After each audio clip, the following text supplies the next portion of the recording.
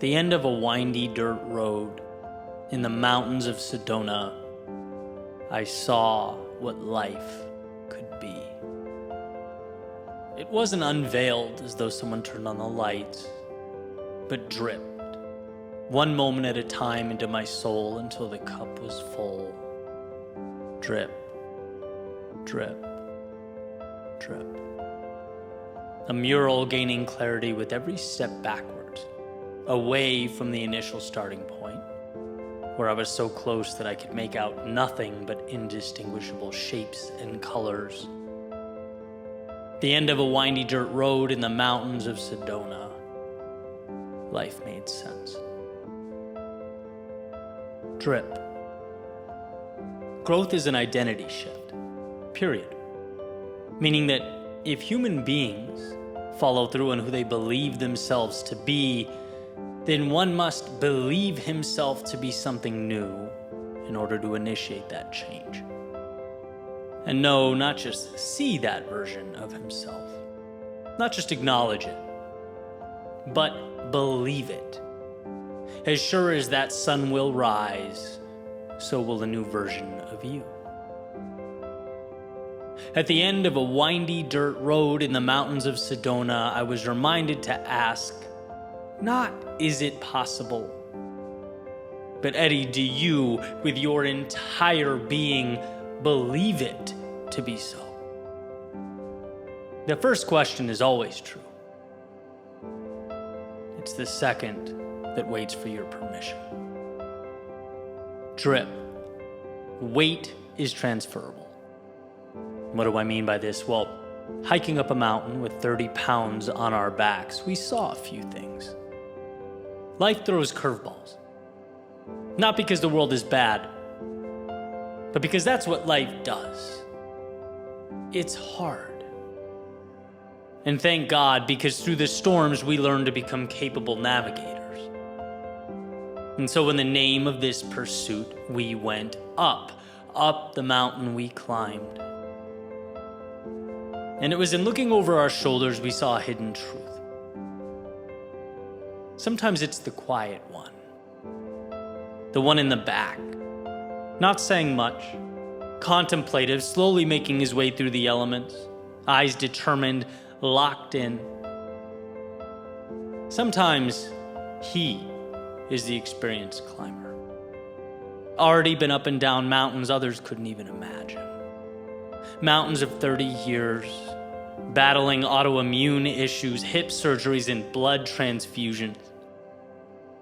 Sometimes he is carrying far more than 30 pounds of weight on his shoulders, and his fellow travelers, you can't assume that you know what others carry with them. At the end of a windy dirt road in the mountains of Sedona, we were shown that strength is a willingness to help your brothers and your sisters carry that weight when needed. Sometimes it's visible, sometimes it's not. But to always have that hand extended. And just as important, when you are the one with the weight, having the courage to let others give you a hand.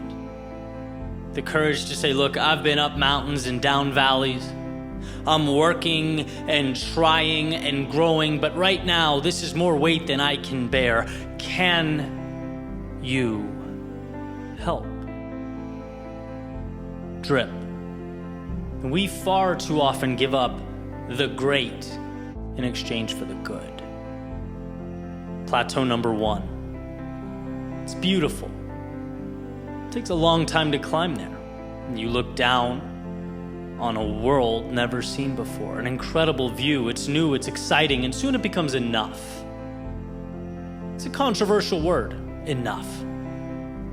How much does one need? Is life merely an ever-evolving climb? A race to our deaths, to the abyss from which we emerged? Well, here's what we were reminded by a fellow traveler at the end of a windy dirt road in the mountains of Sedona. The effort to go from where we were at plateau number 1 to the top, the very top, the I can see the world from here top, was minimal, perhaps even negligible. It was a mere decision, but the view at the peak was 360 degrees, jaw-dropping. Somehow even more beautiful. But most importantly, it was there. It was always there, calling us beyond the distraction that is enough. And perhaps you owe that to yourself, perhaps the world, to not deprive it of your gifts, the very gifts that materialize as you make your way from plateau number 1 to the very top, the peak. Perhaps it's time to acknowledge how much is wasted when we fall in love with enough and not the journey that is a life fully lived. Drip. The gold lives beyond the silence. Silence used to scare me, let alone silence in a crowded room. It was a space in need of an occupier. It was a question in need of an answer. Silence has always been a subtle adversary, one that I would naturally look to defeat with my words. Oh, silence.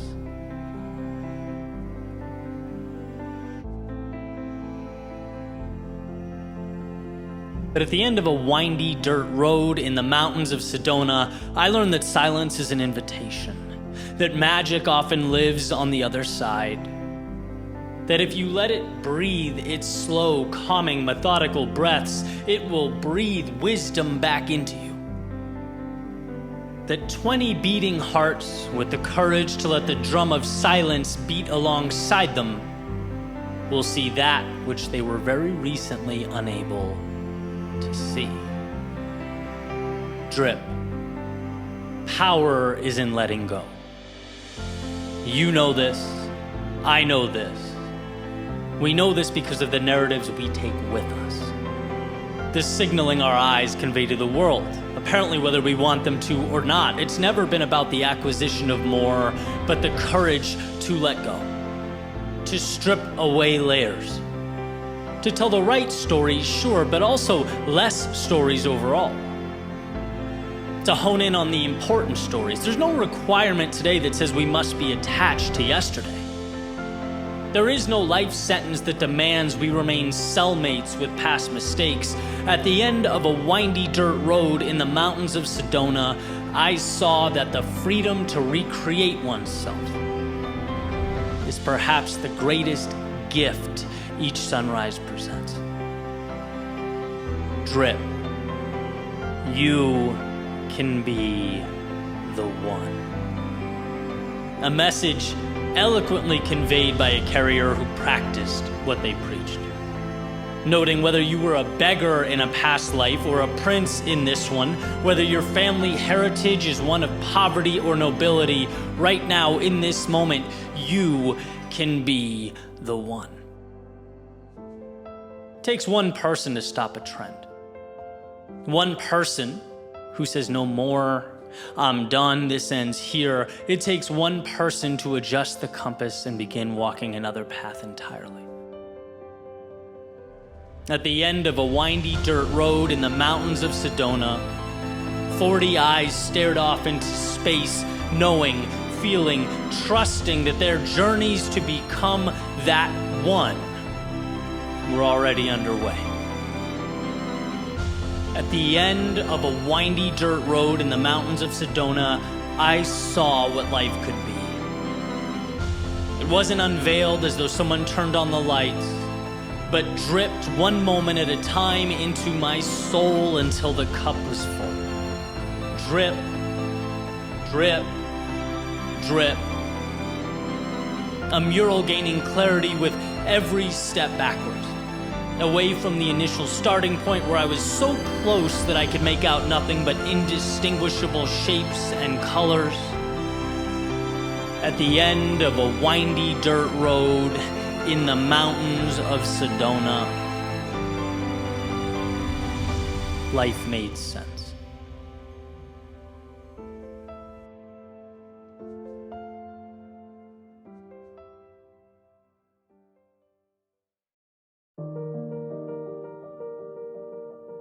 There's a saying that will always be true. It will be true on your best days and your worst. It will be true after victory, and it will be true after defeat. It will be true when you have momentum, and it'll be true when you're down on your luck, doing everything in your power to create momentum. That saying is, your future begins now. Hey, on the surface, might not seem like much. Sure, my future starts now. I know that. Everyone knows that. Well, if that's true, if everyone does in fact know that, why do we spend so much time stuck, reliving our past, unable to break free? Why do we remain terrified to change? Why do we feel such a connection to who we were, how others saw us? Why must we remain loyal to the character we've been playing in our mental autobiographies? See, here's the thing about the past and the future. One is fixed, can't be changed, and the other, well, it's waiting for you to tell it what it is. One is expired time, one is planned to be determined. And it's interesting how we continue to conflate the two. Epictetus has said that the more things we value outside of our control, the less control we have. Well, I'm going to be the messenger here, relaying the precious truth that yesterday is in fact out of our control. What can be controlled is where we go from here. The next step. Meaning today is not your failures. It's where you take those lessons. It's not your mistakes, but it's what the stronger you can now endure because of them. It's not the dreams you let slip away, but where your pursuit might take you now. And yeah, yesterday certainly contributes to your outlook, as all information does.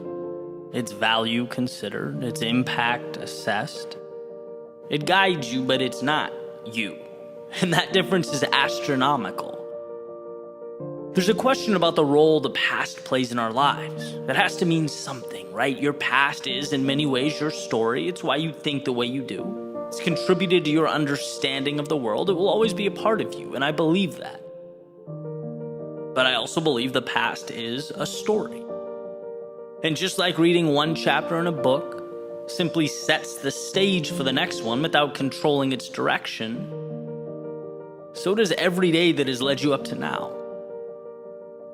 Life gives us the tools to experience, to grow, learn, and then shed that which does not coincide with what's important. Your failures are not you. But they are precious in that they push you towards what you'd like to be. See, you can experience something and not be that thing. As Kierkegaard says, if you label me, you negate me. If you proclaim me to be X, you're essentially stealing from me the infinite possibility that is the future. Yesterday has nothing to do with what I can become. And so taking it a step further, never mind being labeled by someone else. How could you label yourself and see it as anything but self-sabotage? See, you're never defined by your past, but always learning from it. It's not who you are. It's the cheat codes for what you can be. Without that winding road of misfortune and mistakes, the incredible expansion we long for doesn't materialize. Imagine if everyone who ever felt down in life, felt like a loser, who temporarily lost hope. Imagine if they looked in the mirror and said, okay, this is who I am now. There would be no triumph in the world. Because anything meaningful requires the resiliency to map our way from the hell that was our darkest moments to what will become our proudest moments. Destiny. Destiny means that you separate the finite from the infinite. What you used to call yourself has prepared you to move towards the horizon. But what you used to call yourself is also as irrelevant now as those seconds that you watch tick away. Seconds that maybe you're not proud of. Seconds that perhaps taught you about the world. Seconds that gave you a glimpse of what's possible, unveiled the happiest of times, all of it. In its own unique way, it brought value, but none of it is your future. Why? Because back to that beautiful, all-powerful sentence, your future begins now. Your destiny is awaiting its marching orders, and all you have to decide as you stand today is where that ship will sail.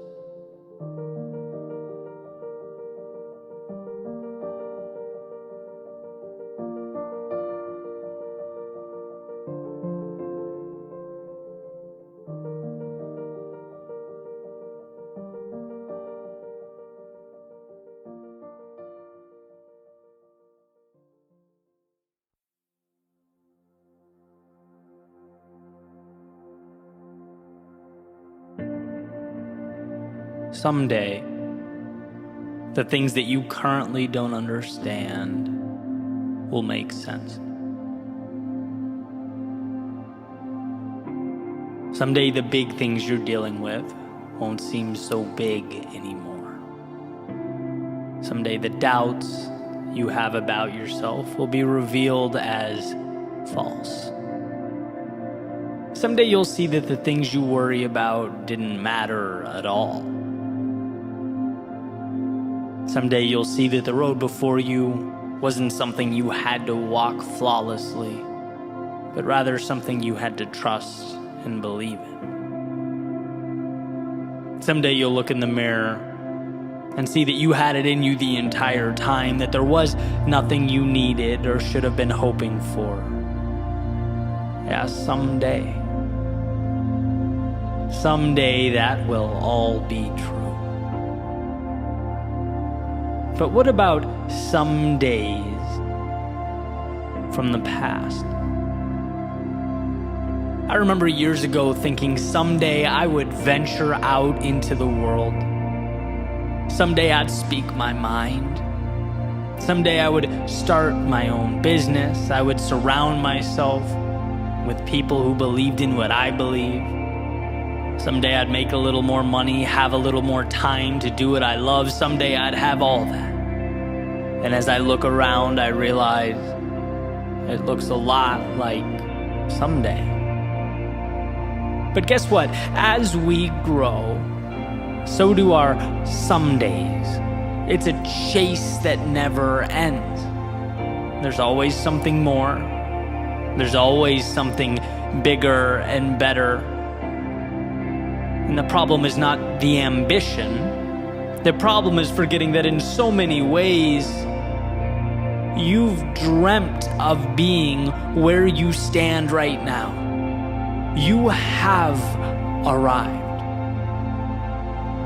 You're not the same person that 10 years ago was throwing some days out into the universe. No, you have grown. You have learned. You have evolved. Why does this matter? It matters because without acknowledging how far you've come, you cannot acquire the strength needed to go where you must go. When you don't feel good enough, it's often because you haven't looked over your shoulder and opened your eyes. The evidence is right there. It's hiding in plain sight. There's proof that you've been there, that you've faced demons and conquered them, endured your battles and overcame. You did that. And at one point not that long ago, you couldn't say that you had. You weren't yet that person, but things are different now. What you have today was once only that hopeful someday. It was a fleeting thought. It had no merit and no value, yet you brought it to life. Look what you've done. Understand how far you've come, how you ran when you could, you walked when it was possible. You crawled when you had to. And continued on to arrive at a someday that is right now. You, my friend, are a maker of things unseen, an architect of tomorrows and somedays. So don't you dare, don't you ever entertain the delusion that this gift suddenly stops now. Suddenly the burden is too much. The mountain is too tall. No, what you do is overcome. That is who you are. You've done it for you. You've done it for the ones you love, and in some cases, the ones who didn't even understand, but you kept going. Marching through the fires of hell to turn some days into right nows. And I get that the road before you is uncertain. There's no way to know exactly how life will unfold. But that's besides the point. A bird can't predict every gust of wind it's going to encounter. It spreads its wings, takes off, and adapts because it can, because it always has, because that's what it does. I'm not advocating that you should have all the answers. No, I'm suggesting that you trust yourself to find them. To move forward into the haze that surrounds you, to make sense of the seemingly illogical, bring about reality from the make-believe. Someday, you will have what you're aiming for. But here's to never letting a today go by without realizing that you are always living out a someday from your past. You are always arriving and leaving simultaneously. The accomplished and the student, crossing a finish line and on the starting block with another race around the corner, another chance to stretch your legs and reach for the heavens. If you ever forget that, I ask that you find it within yourself to look over your shoulder, to remember what you once asked for, and to appreciate the journey that you have undertaken. You did that. Now onward you go. You have more some days to bring to life.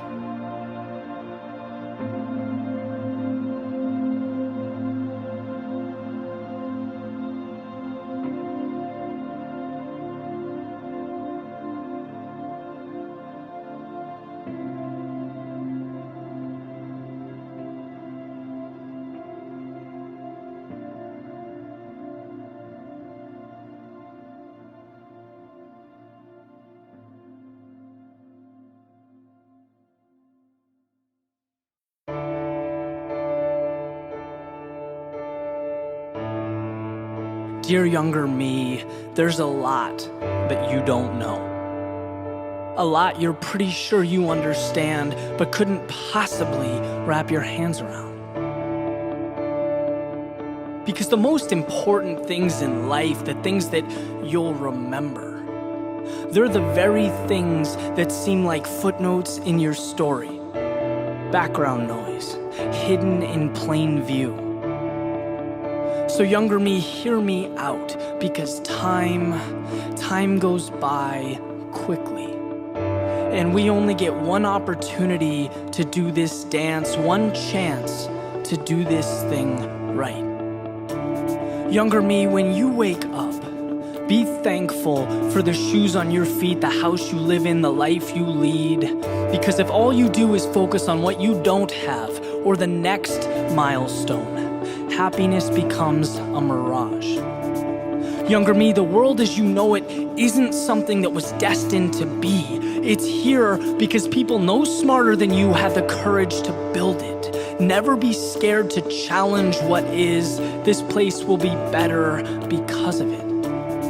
And younger me, it will always be easier to play it safe, to stay comfortable, but I want you to understand something. That's not where you'll find the good stuff. If you don't take chances, you'll spend your time wondering what could have been. Younger me, believe in your greatness. This world can be a tough place, and if you don't believe in yourself, no one will do it for you. No one will hand you the sky. Earn excellence every day. It's there, I promise. Younger me, don't get distracted by the small stuff, the little things that so easily consume our energy and emotions. Don't lose sight of who you are and what means the most to you. Everything else washes away. Younger me, you didn't have all the answers, but somehow you were exactly what I needed you to be. You created a map. You showed that change can't happen until one falls victim to life's imperfections. That risks aren't taken until you've experienced regret. That confidence isn't acquired if you don't learn to play the student. And most importantly, if you don't allow yourself to get lost, you will never discover who you truly are. 20 years from now, when we meet again, younger me, I know you'll do the same. I know you'll have given me everything I needed, nothing more and nothing less. Because time goes by quickly. And we only get one opportunity to do this dance, one chance to make this right. And I promise you, younger me, that it won't be wasted.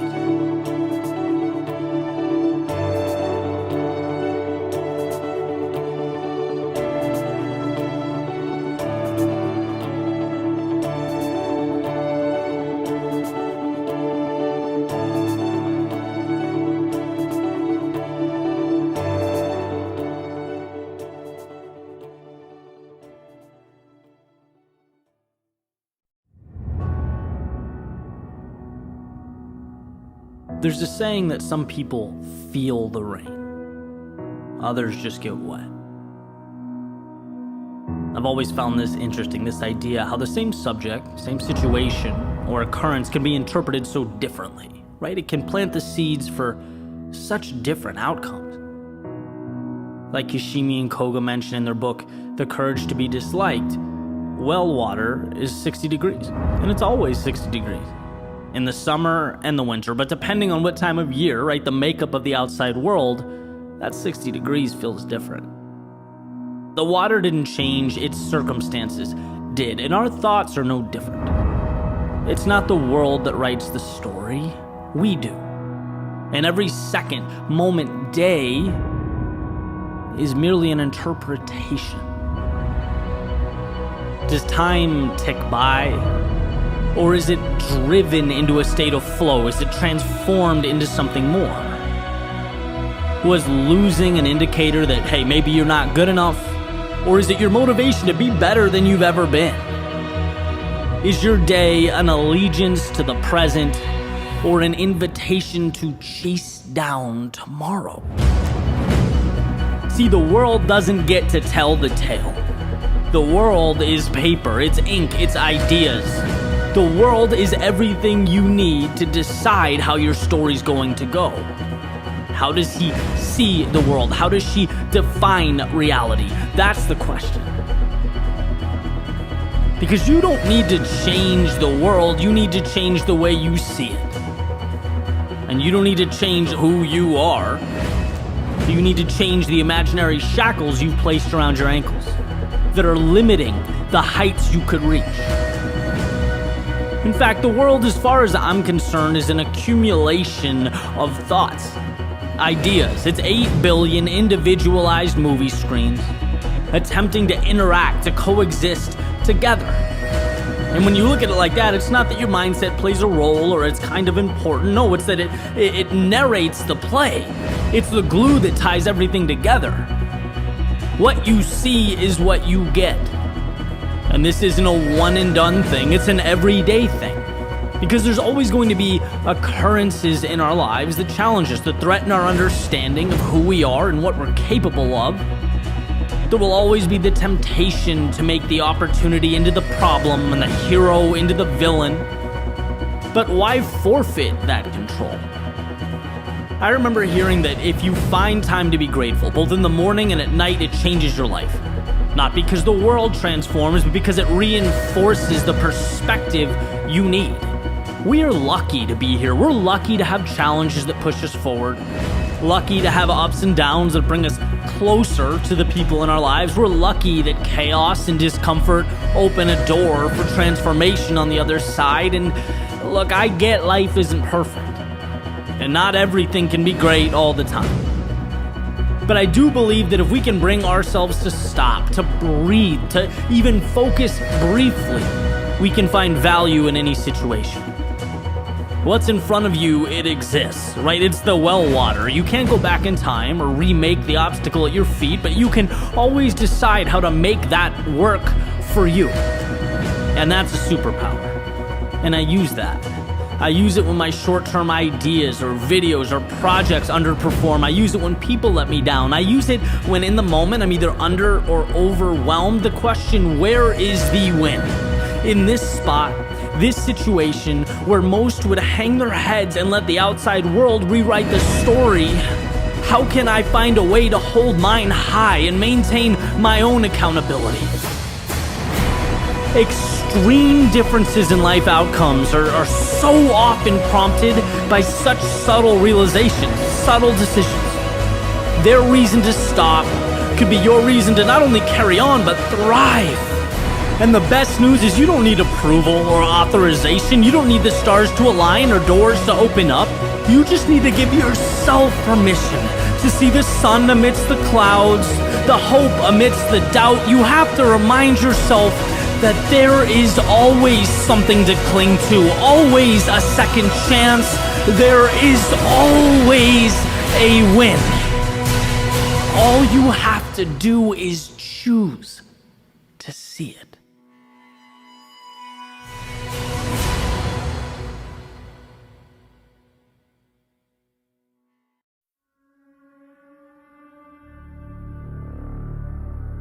So, life is the sum of the decisions we make.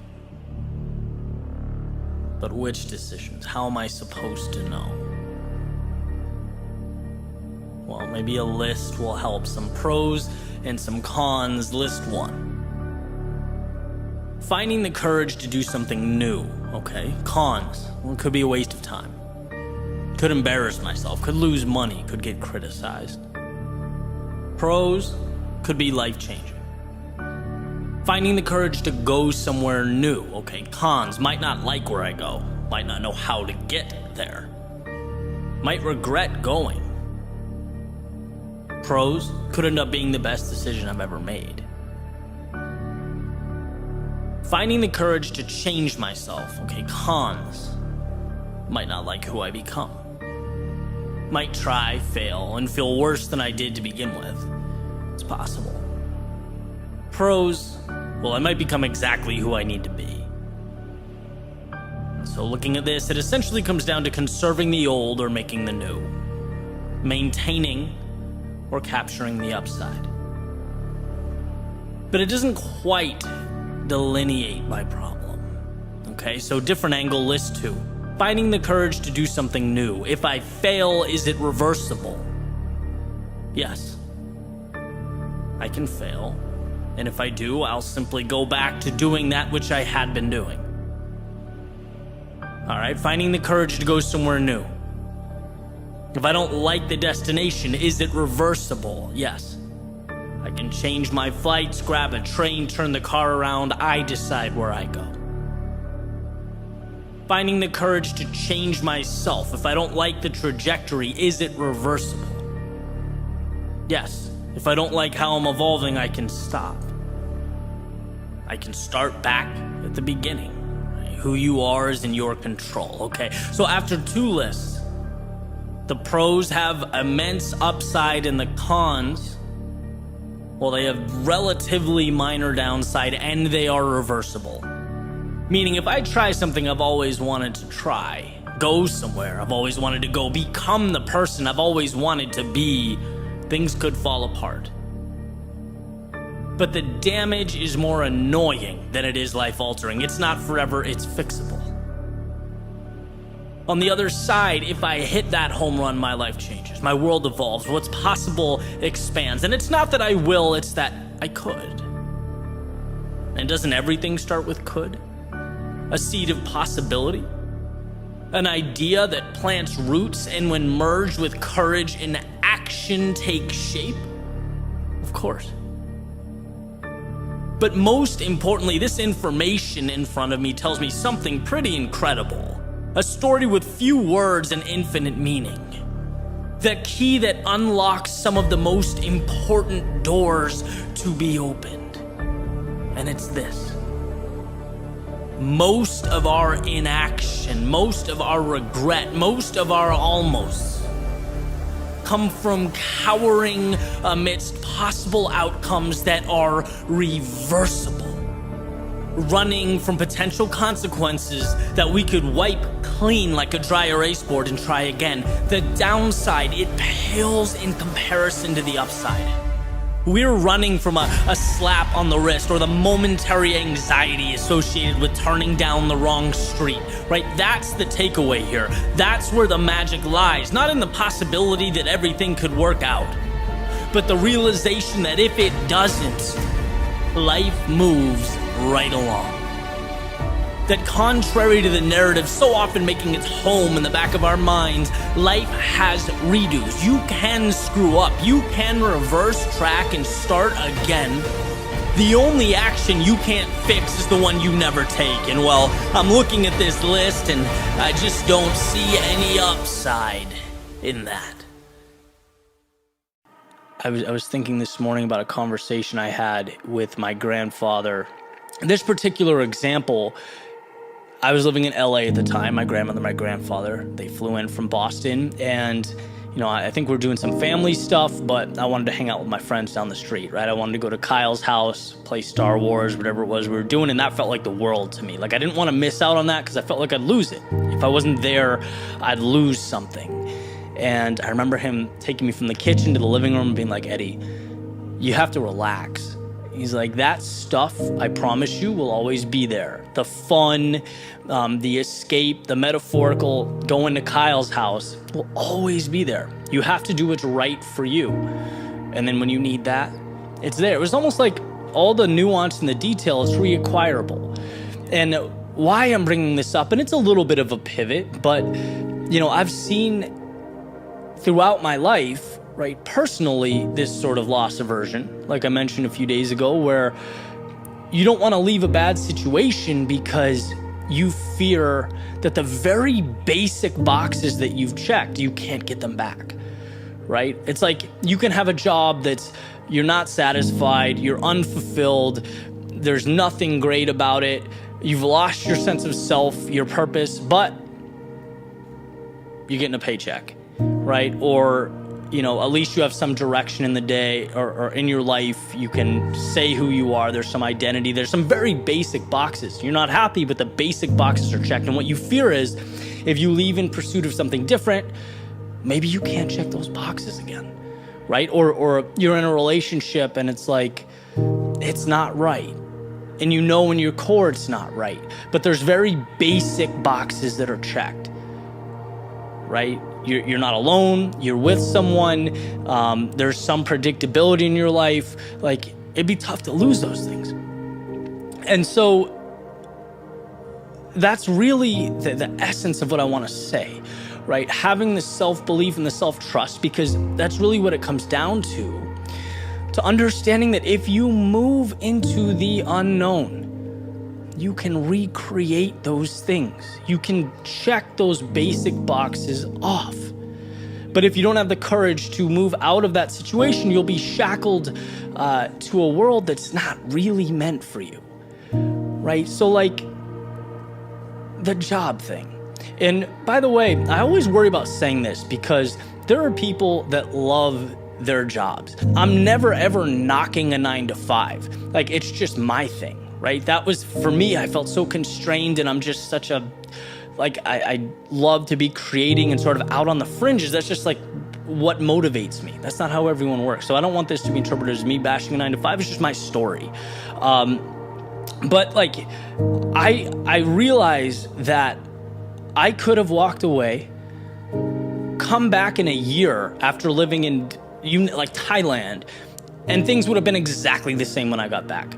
Right? I could have got a similar job. I could have found ways to check off those same boxes, right? Those foundational things, they're reacquirable. Just like the relationship thing, right? It's like, if it's not right for you, there's 8 billion people in the world. 8 billion.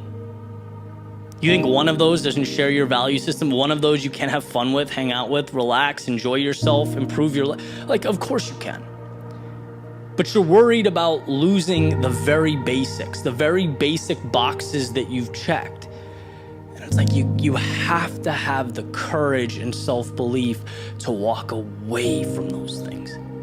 You have to believe in yourself enough to know that you can recreate a reality, right? With a similar foundation, but with the things on top of that that make you happy, make you feel alive.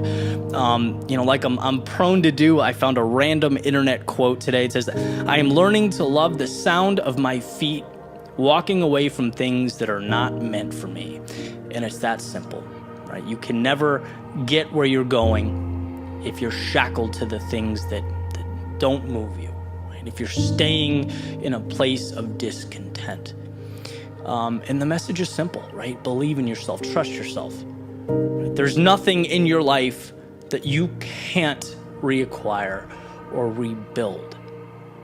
But what you'll miss if you stay in that place is the opportunity, the upside, the people that will change your life, the places that you've never seen, the experiences, the journeys that make life worth living. The upside is just too high.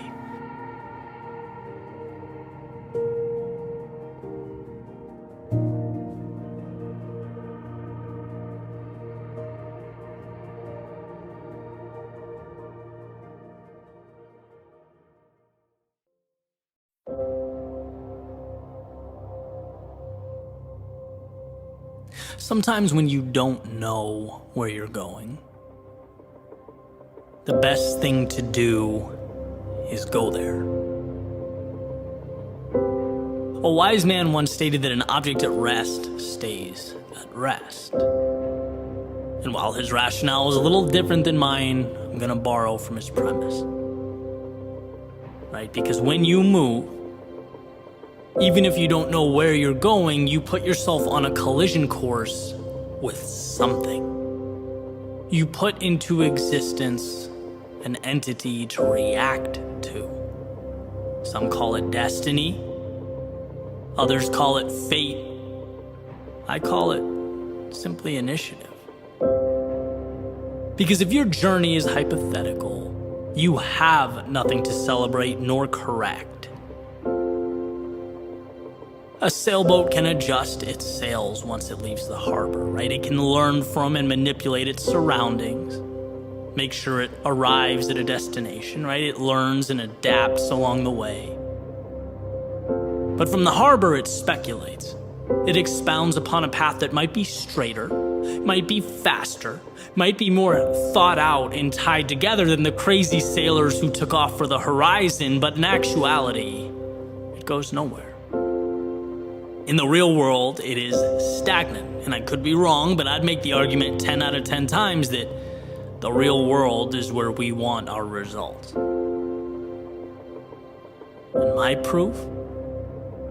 Well, a journey that started with insurance and evolved into music and songwriting and audio production, then video production, then creative writing, then a sweet spot that kind of combined everything. A spot that didn't make its way to my inbox with an exact address. A spot that required a lot of failure and lessons learned and disappointment, but man, more than that, so much fun. Right? My proof is sitting down right now in real time, letting my fingers create a bridge from nothing to something of value. By the way, after sitting here staring at a blank screen for hours, it's just starting. Could I be wrong? Could I screw up? Could I wildly miss the mark? Yes. In fact, it happens more than I'd like to admit. But here's the beauty, even if I am wrong, I now have something to work with. Something has been brought into existence. And well, that means I'm officially further along than I once was. And I've heard over and over again that there is no perfect moment, that you have to just go. And the idea, it makes sense. It's impossible not to understand, but it's one of those things that until you feel it doesn't mean anything. How can you miss something you've never experienced? Well, to put it in a way that helped me understand, you aren't going because, what do you have to lose? You're going because everything is to be gained. The answers that you pick up along the way, like the little coins you pick up in Super Mario, right? You have to start collecting pieces of a puzzle that you can then arrange. I truly believe that one of the most important ideas we need to hold on to moving forward is personal agency, self-belief. And I say that because I feel like I'm watching it slip. There are cases where we literally don't know or understand that it's within our own ability and control to change our lives.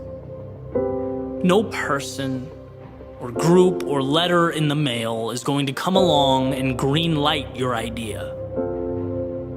In fact, you might not even really know what your idea means or how it will look. And that's not only okay, it's amazing.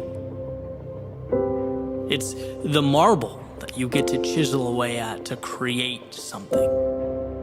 See, life is not the perfect execution of a plan. Life is the courage to make your way into a world that no one really understands or knows anything about. And I'm not talking physics or biology or quantum mechanics. I'm talking about the real life that is emergent from those areas of study, right? There is no perfect formula for happiness. But it will always be true that immobility or standing still is antithetical to progress. And there is plenty of data that supports the idea progress equals happiness. We want to move towards something.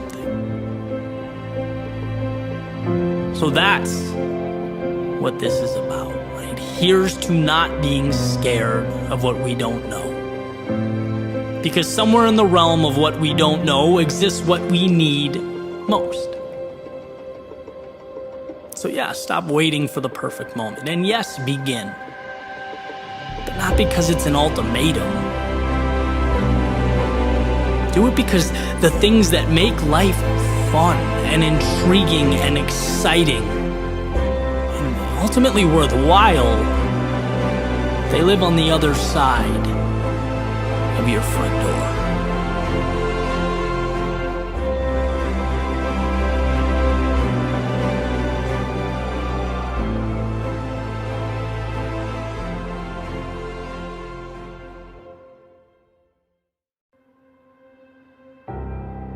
It's interesting to think about life as a journey.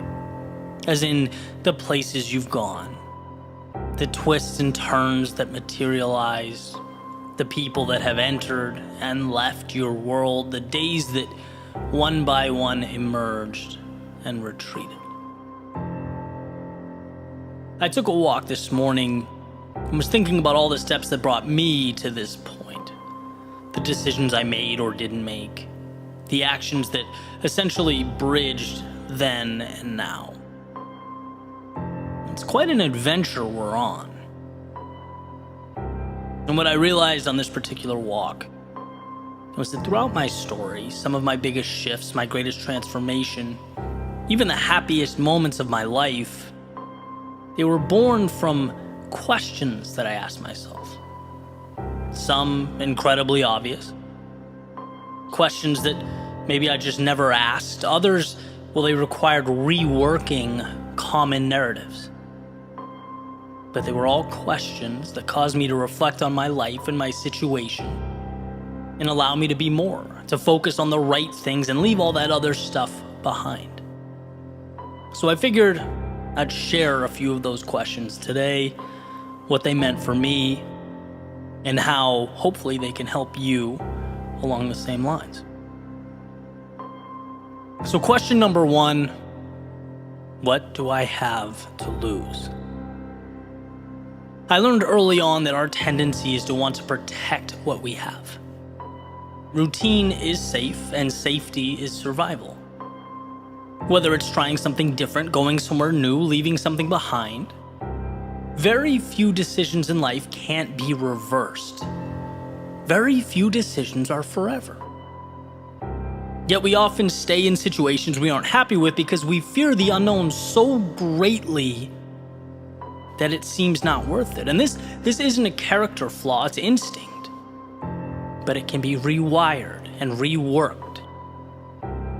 Because danger isn't in making mistakes, danger is in never making them and becoming a fraction of what you might have been. So that's question number 1.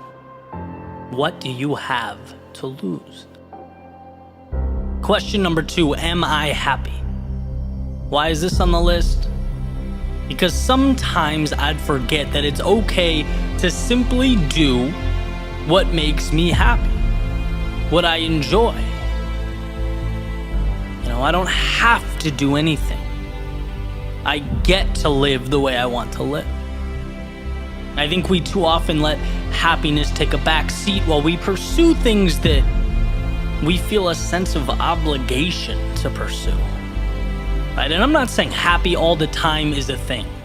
I've talked about that before. I've made videos about it. Life is absolutely peaks and valleys and navigating between them. But I do think happiness should be what we aim for. It should be our foundation and closely tied to our sense of purpose because, well, you don't get a second life. So it's important to make sure you enjoy this one. And frequently ask yourself if where you are in life makes you happy.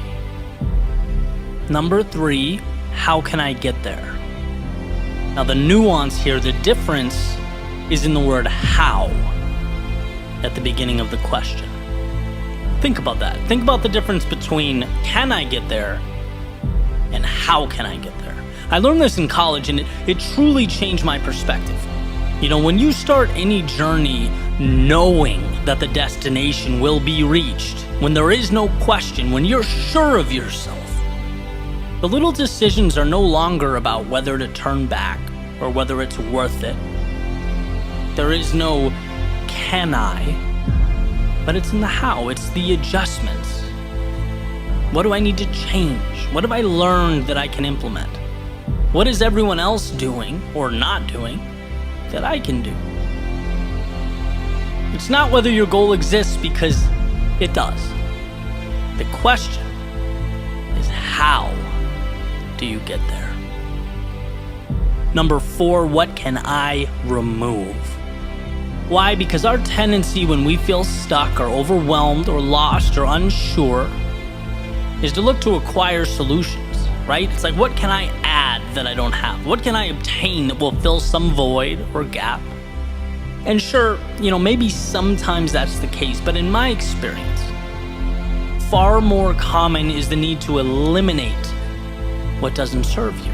It's not to add, but to remove. It's to simplify. Identify what matters and just remove the rest, right? It's such a nice feeling to have line of sight to a particular goal and a foundation in place that allows you to move towards it. Eliminating the activities that are meaningless. And that's, the people that hold you back, the places that don't coincide with who you want to be. If it's not helping you, it's hurting you. So, what can you remove? Number 5, have I been scared recently? And those of you who have been listening to me for a while, I'm big on this one. If you haven't been in a situation recently where you've been nervous or uneasy or unsure, then you probably aren't growing. And all of my life-changing moments, they made me uneasy at the time. They made me question myself. They weren't simple for me. From the beginning of my keynote speaking career, to pushing creative boundaries, to having the courage to grow my business in ways I hadn't before, they were all terrifying in the moment. and they all ended up being essential to the path I'm on. The way I look at it is fear doesn't really get easy, but you can get comfortable with the idea of being uncomfortable. Right? You start to see it as just the price you pay for something better, the ticket to get into the show, the beginning of everything good to come. So, have you been scared recently? Number 6, what is my little hinge? Now, a little hinge is one small thing you can do that has a monumental impact on your day. For me, it's waking up early, it's having coffee, it's reading and getting some time to myself. That propels me into the rest of the day like a rocket. So the question is, what is the little thing in your life that can have a big impact on your day, on your energy, on your success? What is your little hinge? Number 7, how can I find a positive in this situation? And this one's tough, but it makes all the difference. And here is the reality. Even the worst experiences, our greatest letdowns, they open the door to something positive, something that can change your life for the better. And it is convincing myself to find it amidst these situations that has contributed to some of my greatest breakthroughs, because you learn. You're forced to adapt. You're forced to become more, and the key is put right in front of you. The problem is that most of the time we're so consumed by what we lost that we walk right by the positive. COVID's a great example. Incredibly challenging time, difficult for everyone involved. People have lost their jobs, found themselves unsure of what tomorrow holds. But I've always said since day one that if you can find one positive here, one thing you can start or do or change so that when it's all over and you look back, you can say that little period of uncertainty, of hell, of discomfort, well, that is when it all started. That's when I planted the seed for something incredible. Right? And so my question to you is, how can you find the positive in this situation? Number 8, why not me? Anyone who's done something of value has faced long odds. They've had to peer into an abyss, not knowing what the future would hold. They didn't have an external world providing assurances. No, true to the name, they leaned on their internal world, their world within, self-belief. An understanding that life might knock them around, it might present challenges, but somewhere in there was the courage to march forward and overcome. See, no one's born special or with all the answers. The way I see it, there are people who had the courage to embrace vulnerability and those who did not. So let go of the thought that there's a monumental difference between you and the people who have what you want. Create a plan, prepare for the long haul, and most importantly, believe in yourself to overcome. If they did it, why not you? Question number 9, who matters? Now, this is in a lot of ways tied to question 4, the whole what can I remove question, but it's so important and it's been so valuable to me that I want to expound upon it. Right? Imagine a hospital bed scenario. Imagine, God forbid, you're sick and had to spend some time in the hospital. Who of all the people you know would make time to visit and sit by your bedside? Maybe the list is small, maybe it's not, but at least personally, I have a gut feel for who in my life fits that description. Those are really the people who matter. Those are the people I want to share time with and be there for. Those are opinions I consider. And this is important because we spend so much time, in some cases, making life-altering decisions based on the opinions of people who don't meet that description, don't even come close, sometimes strangers. And I'm not advocating being disrespectful towards people you don't know, nothing along those lines, but what I am reminding you is that there are a few people, a handful in our lives that truly have our best interest at heart, that means something. Don't adjust your life for people not on that list, right? It's important to ask yourself who matters. Lastly, number 10, how am I thinking about yesterday?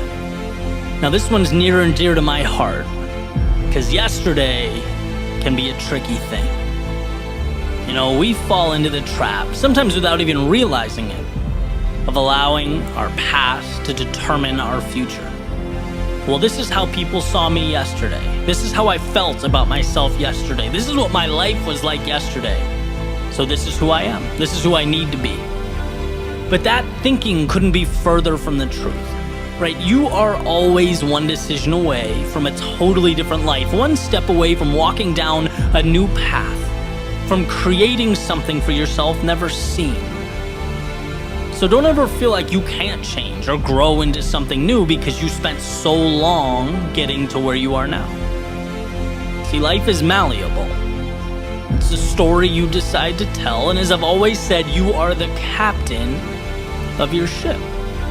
And that wake behind you has no control over where you choose to go next. Don't ever forget that. Your attention should be on where you are now, not where you used to be. So how are you thinking about yesterday? And most importantly, where will you go from here?